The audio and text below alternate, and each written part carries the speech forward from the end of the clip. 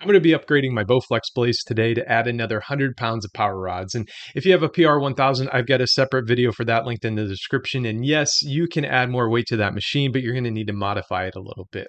I've also got other videos about adding power rods to exceeds and extremes, so check those out. Links for all that will be in the description. Now, this is my first 100-pound upgrade, and I bought the 410-pound kit because, well, it was the same price. And before I go any further, I need to say 100 pounds of power rods is not 100 pounds of true resistance, and we're going to put it to a scale later in the video. So let's check out what's in the box. We've got a nice brand new set of clean power rods, and they're attached to this rod box extension. We've also got some instructions, and then there's this metal bracket that's just to hold things in place, and that's only used for the 410-pound upgrade. For that, the extension clips to the back of the existing rod box, and then you just screw in the bracket underneath, and then you're all done. This is our first 100 pounds of upgrades, and so we're going to want to install them at the front of the box instead of the back. These caps here, they just pop off, and ultimately this is where we're going to need to place our rods. We can't just drop them in though. We're going to need to remove the rod box, install the rods, and then put the rod box back in. Overall, it's pretty easy and it doesn't take long. To remove the rod box, you just need to unscrew these 3 screws from underneath the machine, and then you can slide it right off the casing.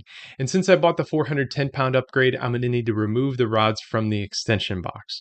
You'd think these be normal screws, but instead they are these weird hex screws called Torx head screws. Specifically, you'll need a T15 bit.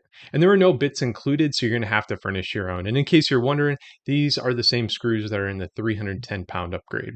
So we unscrew these, and then we're just going to install them at the front of the rod box. And for that, you just drop the rod in, twist lightly to line up the notches, and then screw it into the base. From there, you just slide the rod box back onto the machine, screw it in from underneath, and then you're all done. And it's really simple, but I've got a couple more things you should know. The first is 100 pounds of power rods is not 100 pounds of resistance. Using a luggage scale here, I've racked up a single power rod, and I've measured a peak resistance of 25 pounds. So a 100-pound upgrade is probably more like 50 pounds. And there's another way where you can add more resistance at a much lower cost, and that's with elastic bands. And I've got another video on how you can do that upgrade linked in the description, and it's only going to run you about $20 to $30 to purchase those bands.